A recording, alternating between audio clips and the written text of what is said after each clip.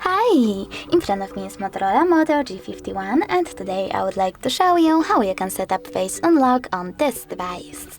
First of all, go into settings. Now you need to select security over here and tap on face unlock. Enter your current lock method. Then read the description, choose setup, read the instructions and tap on next. Then follow all of those instructions and remember to keep your face in frame.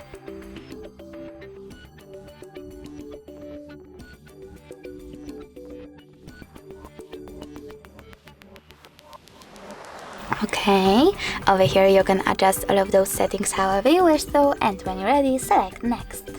Now when I turn off my screen and then turn it back on, I can see that face unlock is working properly. Thanks so much for watching. If you enjoyed this video, leave a like, comment and definitely subscribe. Bye!